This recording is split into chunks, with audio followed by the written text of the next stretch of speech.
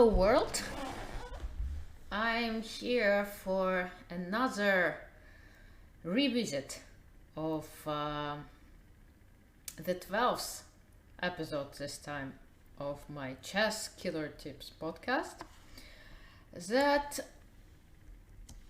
I was recording a long time ago, and right now I'm revisiting.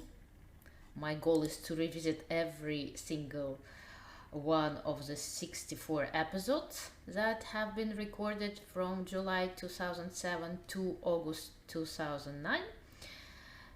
And since it's not a podcast format but rather a stream format, I have more time to analyze every single episode and to go through all the wonderful ideas I discuss and patterns I touch upon and studies.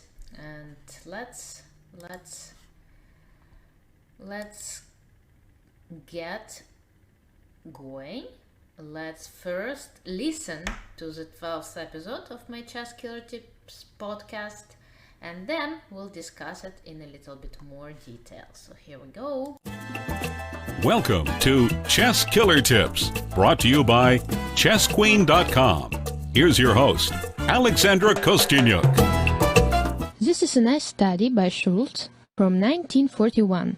White plays and wins. In order to win, White has to promote his pawn from a6 to a8, and Black has to try to stop it. So, press pause now and think about this position for a while. I'll be back at the end of the music.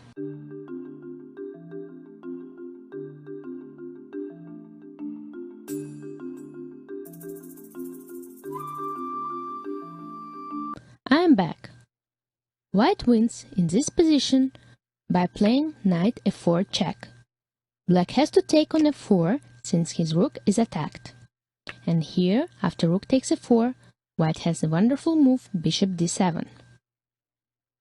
And surprisingly, in this position, there is no way for Black to stop the pawn from queening. For example, rook f3, bishop g4. If Black plays rook f6, then a7, rook a6, bishop b5 check. And if Black plays rook f1, then bishop b5 check. And White wins.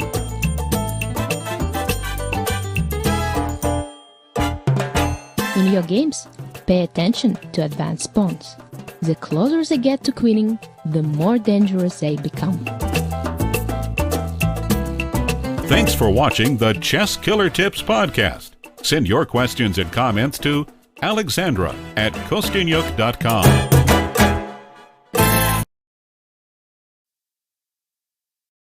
So, quite a nice and easy study, but nevertheless a very beautiful one, and I do enjoy those studies very much.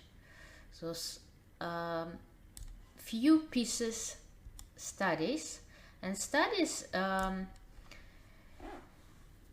A chess study is a specially composed chess problem. It chess composers create these problems, and they are not from practical play, although these ideas of course do happen during practical games, but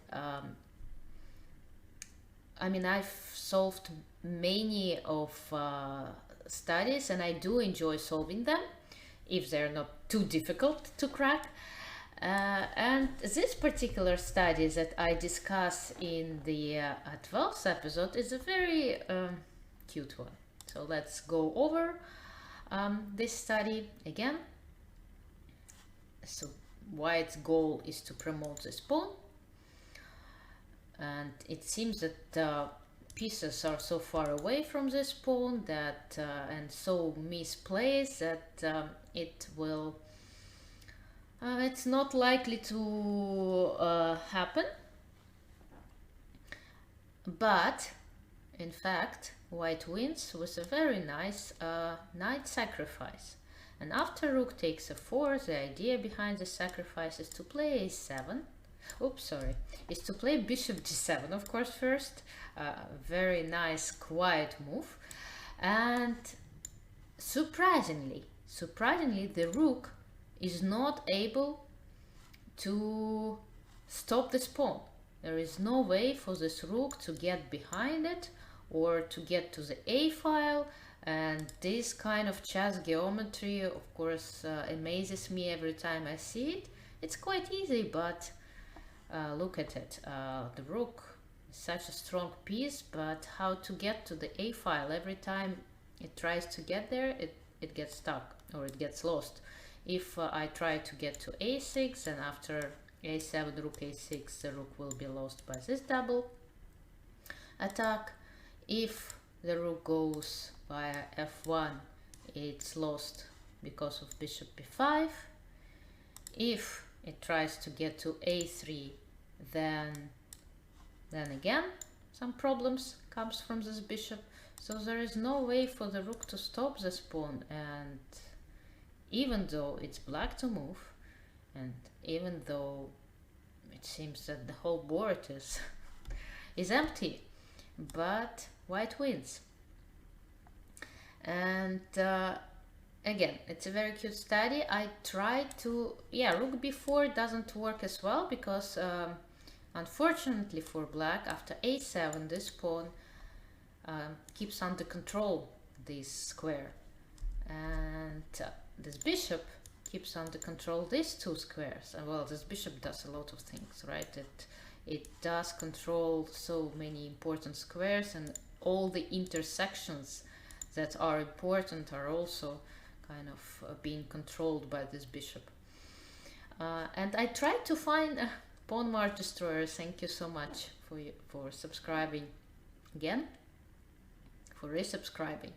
And I must tell you that I've been trying to find some similar studies.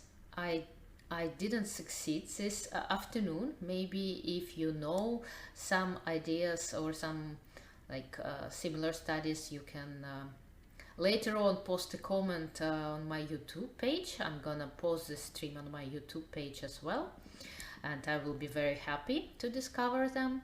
But since I didn't find anything similar, I decided to share with you some other nice studies connected with past pawns. So let's have a look. Another bishop and knight versus rook endgame. This one is quite complicated, I must say.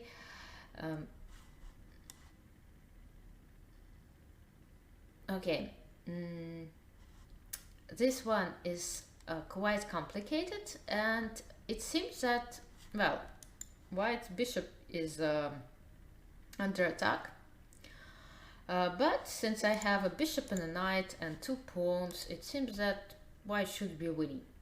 The problem is if I play b4, then the rook will go to g4, will attack my knight and my pawn, and this pawn is going to be lost. And this endgame is not winning for white, because black has a passed pawn, and it's not something that white wants. In fact, even though b4 seems to be forced, it's not forced, and white has to play bishop e7 instead. So we're transferring the bishop to protect the g5 pawn, and at the same time this bishop can protect the b pawn if we move it to b4. But what to do after rook g4? That is the question, and that's why this move seems to be impossible, because it seems that white's knight is trapped. But in fact, let's try to have a look at this line, knight f4. If the rook takes, g6 Seems to be nice with the idea of bishop g5, but unfortunately it doesn't work because after h takes g6, bishop g5, pinning the rook, then king to c2, unpinning, and then we reached a draw. It's a draw. So yeah, exactly. If knight f4 doesn't work, there is another move with a similar idea, which is knight h4. And here, if the rook takes, white plays g6. Now after h takes g6, bishop takes h4, king d3 doesn't really, help black, because white will grab this pawn and will protect the b2 pawn with the bishop. But what else to do? If rook goes to g4, then we have similar ideas to the first study. Black's rook is not able to get back to the h file. If rook just retreats, then I have a check and g7, and the pawn promotes like this. And if black gives checks, I can just keep moving until my king is covered. So what else to do? What else to do? If rook h5, then g7. Just one move is left that we haven't discussed, which is rook h6. But I play bishop g5 and then take on h6, and then I have king f7 move, which is quite important. And when black plays king c4, then I take on g6, and after king b3 I play bishop b2 or bishop g7 or bishop c1. If the rook goes to h1, yes, we haven't discussed this, we have then bishop g5 and g7. We have already covered this line, so everything is covered, and that is the winning line. So bishop e7, then knight h4, and then we get to this position where black's rook is absolutely hopeless against this strong bishop and this pawn that is about to become a passed pawn. And of course, the fact that white still has a pawn on b2 let them win this game. If after knight h4 black is trying to get to this pawn, then knight f5, well, knight h6, and then slowly but surely getting there and forcing black's rook be sacrificed for the g pawn. Of course, you must know how to checkmate with a bishop and a knight, but it's another story, right? And it's another podcast. Let's get going. Another study that I wanted to share with you. Hello, hello. Again, similar situation. Bishop, knight and a pawn versus rook and knight and several black pawns as well. But this pawn is very far advanced, so it gives us some hope. It's gonna get promoted into a queen. Hi, South Africa. My daughter is in South Africa right now. She's been there for almost 2 weeks. Okay, what to do if we get to this position? Oops, not h takes g7 because of rook g6 and white is lost. Of course, we have to calculate h7, but unfortunately it doesn't work because of rook h6. And then, Jessie, thank you so much. We just actually talked about South Africa. My daughter is in South Africa right now, by the way. So it's funny that you're raiding me. Okay, so h7, rook h6, knight d5, and unfortunately it doesn't help white. King will just go away somewhere to e6, to d6, and the game is over. My daughter is in, she's close to Durban. She's been there for almost 2 weeks. She's playing tennis there, so. But she's about to fly back. I hope so. I've been missing her terribly, so Fingers crossed she will come back home this week. Okay.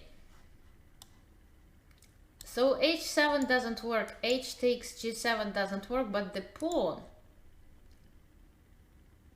Okay, I'll let her know. Thank you, Jessie. I'll let her know. Pawn Mars Destroyer, thank you so much for your support. So what to do? The pawn is under attack, right? We need to do something. And since pawn's moves h7 or h takes g7 doesn't work, and actually we as a rule of thumb, we need to start looking for best moves from checks. So checks, first checks and takes and something else.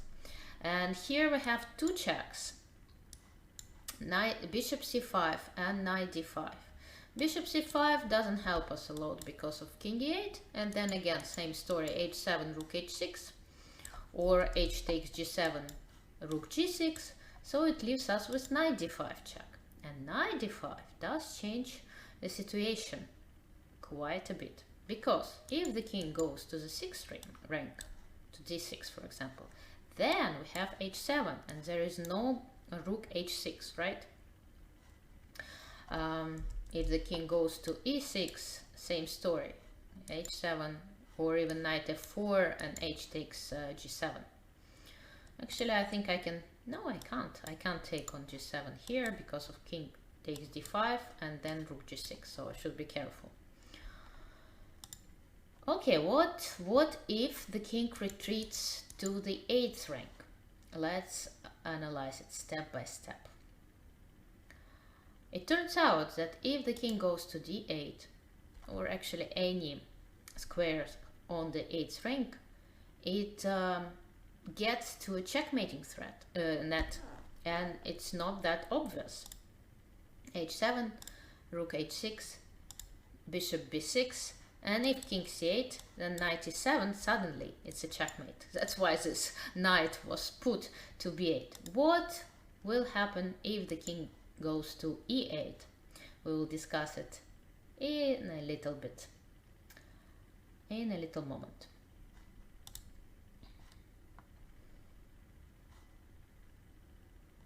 If the king goes to e8, yes, exactly. My spectators are very strong. h7, rook h6, and here we comes to a very similar position.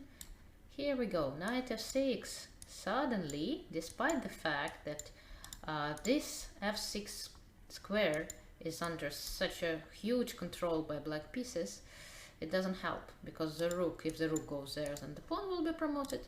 If the pawn will go there, then I'm gonna grab the rook. If the king goes to f8, it's checkmated like this. If the king goes to d8, I give a check, king c8, and then suddenly I play knight g8, and again, because of this knight e7 checkmate threat, black doesn't have time to take my pawn.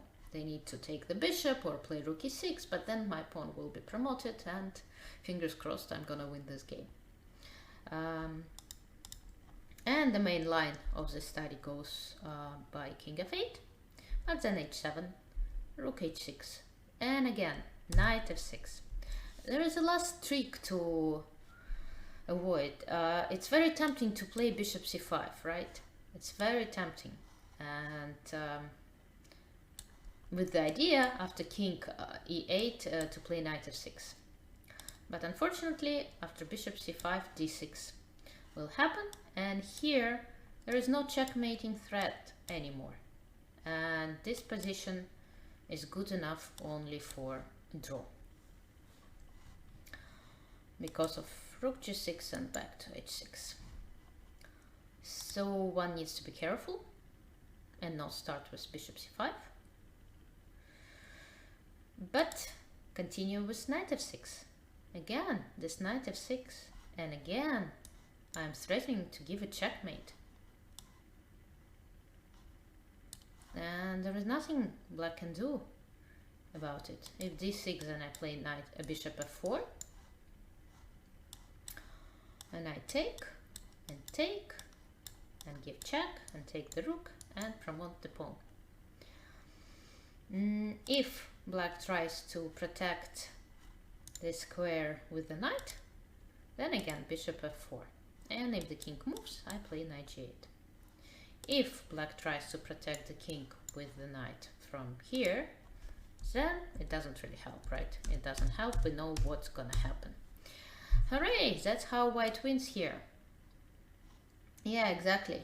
This piece on b8 is definitely something that loses the game. So develop your pieces. Develop your pieces as soon as you can.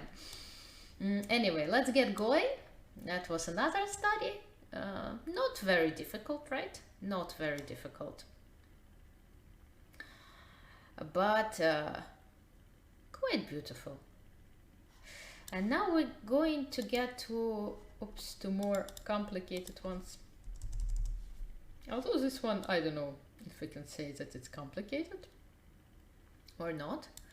But again, two minor pieces versus rook, two minor pieces and a pawn versus rook. And we need to promote it. And black is threatening to win this pawn. And then it's gonna be a draw. And our two pieces are under attack. So our choice is limited. Knight d7 is the right move. Not only protecting the bishop, but also creating quite an annoying threat, playing either bishop f8 or knight f8, covering the 8th rank and preparing h8 queen. So let's see what's gonna happen after rook h8.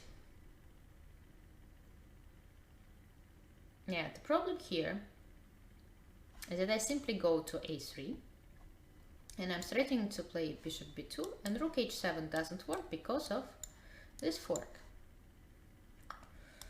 And what else to do? If the king goes to c8, I play knight f6 or knight f8, and then I just simply get with my king closer to my pawn and win it. What else to do after knight e7? Let's try to give a check. Rook a2. King e6. Here. Now here it doesn't work because of knight f8, right? If king e6 here, then the problem is that I go bishop b2 anyway. And it's a fork again. It's again a fork. And if the rook goes somewhere, I don't know, to a8, e8, anyway, I go to b6, somewhere far away, and I'm about to promote my pawn. And again, get ready to checkmate with a bishop and a knight. And I hope that my spectators know how to do it. But after knight d7, if black gives a check to a2, rook a2 check, I play king f3, rook h2, and again the problem is that this pawn cannot be really taken. So I played bishop g1 and bishop e3, and there is no way for this rook to hold on this vertical. For example, rook h3, king g2, rook h4, bishop g5, rook h5, knight f6. And sooner or later, after all these maneuvers, but the rook will be obliged to go to this mined square, because there is no way for the rook to escape. And these squares are mined, and the other squares are under control. And that's quite tough. Почему не забрать? Да. The problem is that if you take, there's gonna be a fork, and my pieces are not getting trapped. Yep. Okay. That was an easy one, quite an easy one. And the last study that I want to show today is a very beautiful study by Johann Affek, very famous composer from Israel. He wrote wonderful books on chess studies and on amazing moves. I'm not sure how they called in English, but it's the moves that you normally don't see. Let me check how. I'm sure that he wrote several. Yeah, invisible chess moves. Invisible Chess Moves. It's the latest book by Afek. There are other books as well, as I can see: Extreme Chess Tactics, Practical Chess Beauty. So Yohanan Afek is a chess player, composer from Israel. I even once played with him in Vaikanze a long time ago. And this is one of his studies. It's not the most difficult one, but also quite beautiful. And since it's kind of relates to the topic of the 12th episode, where two minor pieces and a pawn are fighting against the rook, I decided to include this study to today's stream as well. So many pieces are under attack, and what to do? If we get, away with the knight, then bishop will attack the pawn, and of course we cannot just make a simple defensive move.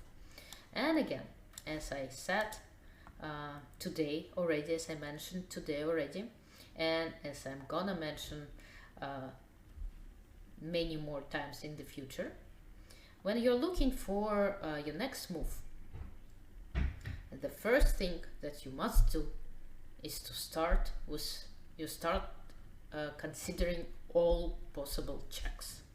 So you need to look at the board and analyze all possibilities to give a check to your opponent. Then in that case you're not gonna miss a possibility to give a checkmate.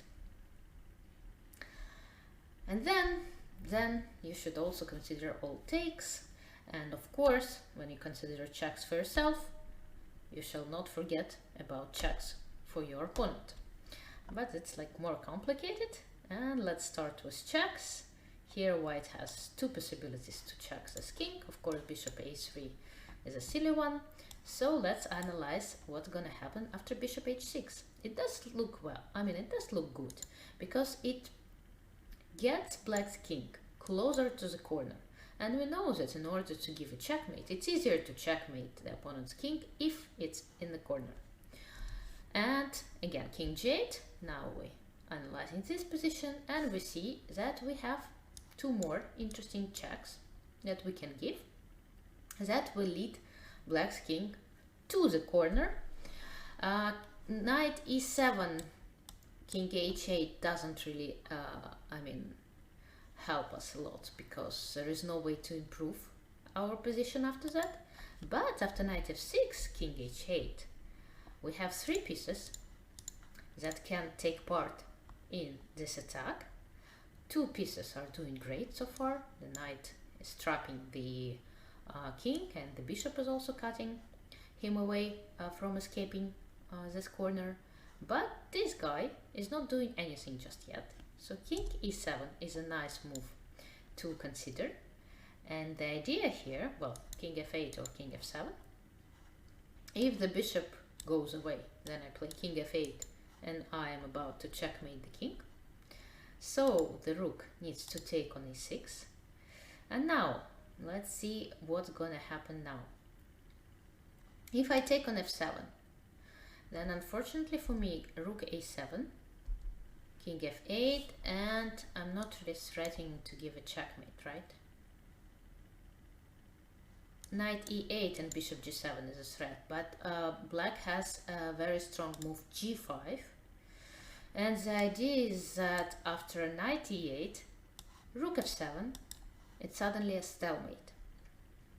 Too bad.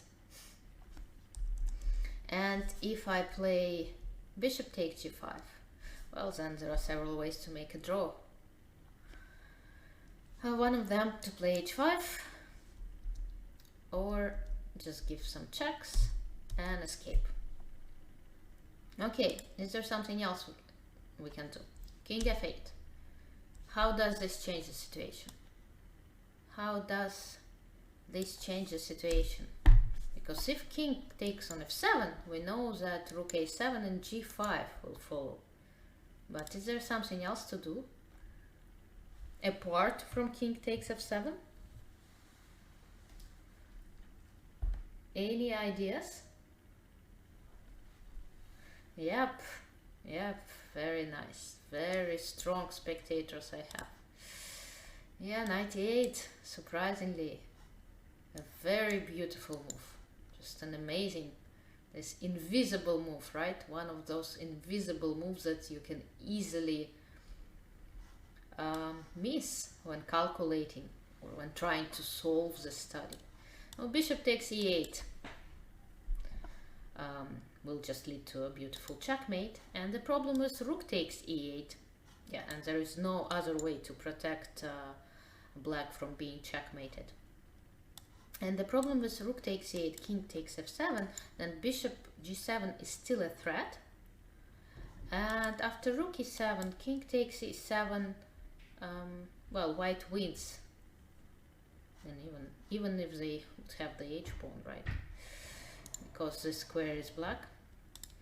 And if black plays rook g8, then g5, and we have a situation of Zugzwang, right? It's a Zugzwang.